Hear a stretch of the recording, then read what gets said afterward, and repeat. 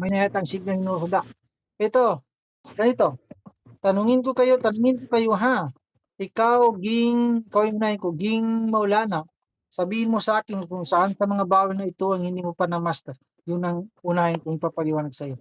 Itong fatha kasra or dhamma or sukun or tanwin, fathatain or kasratain or dhammatain or itong sadda. Saan dito yung kailangan mong lilinawin ko ulit sa'yo? Halimbawa, nakalimutan mo. Open mo yung mic mo, ging. Namo ba Ustad? Damatin, tanwin, Ay, kasretin. Now ito, pwede ko gagakuha ng sama. ito number 5. Ito. Wait, number 3, sorry. Number 5 and number 6 na minsan nagalipat ako sama. Okay. So dito tayo, okay. Bali, ibig sabihin, ito ay okay na. Okay. Okay, dito tayo. Uy, gagakuha Ganito. Okay, ganito. Ang number 4 at saka number 5 na ito ng mga bawil, tanwin ang tawag sa kanila. Ito ay sa taas at sa baba nalalagay. Kapag sa taas ng letra ay papunta rin sa letra A at magtatapos sa letrang nun. Kung sa baba naman ng letra siya nalalagay, halimbawa dito sa alif, kapag dito ay papunta sa letra E, magtatapos sa letra nun kapag dalawa. Yan ay in.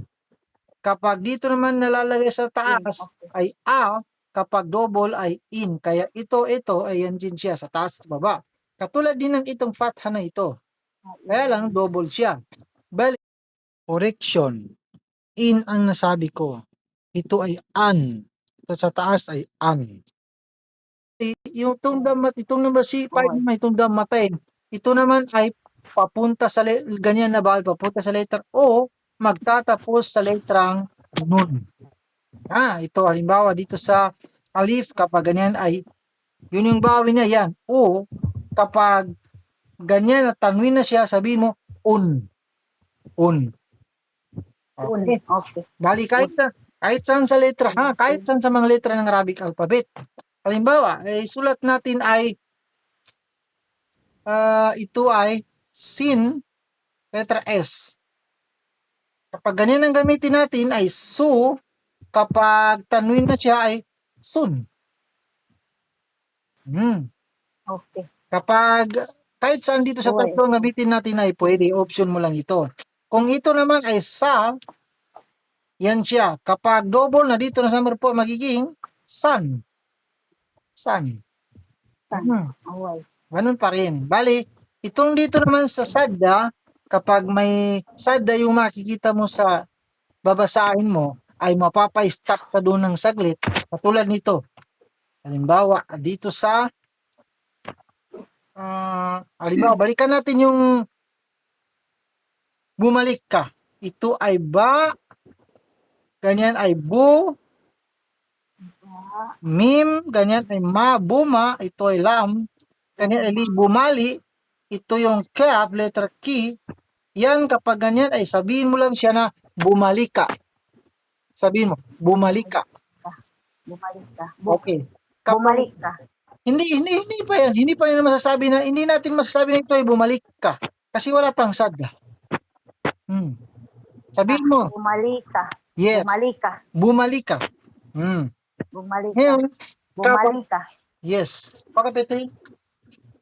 Ngayon, kapag lagyan natin ng sadda, ay yan yung sabi ko na parang ganyan yung equivalent na yan kung basahan mo. Parang ganito yan.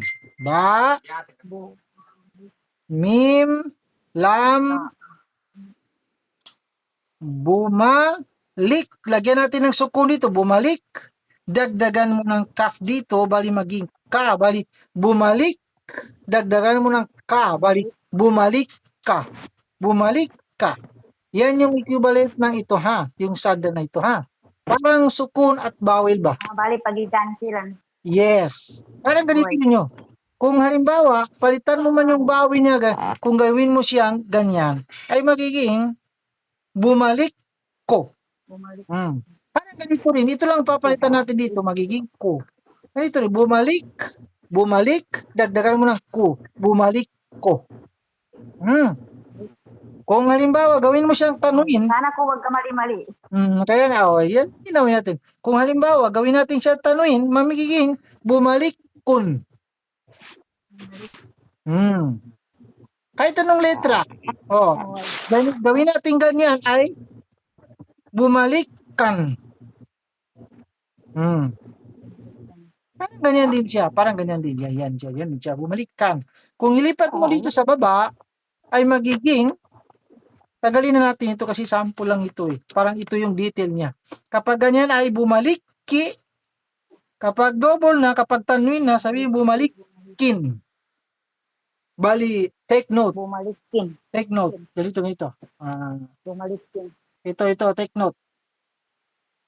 Kapag ang letrang ito, ang tawag sa bawi na ganito ay kasra, kapag sa baba ay kasra, kapag double ay kasratain. Bali, take note. Kapag ang letrang bawi na ay kasra or kasratain man siya na mayroon sadda, pwede mong makita ang kasra na dito sa baba ng sadda.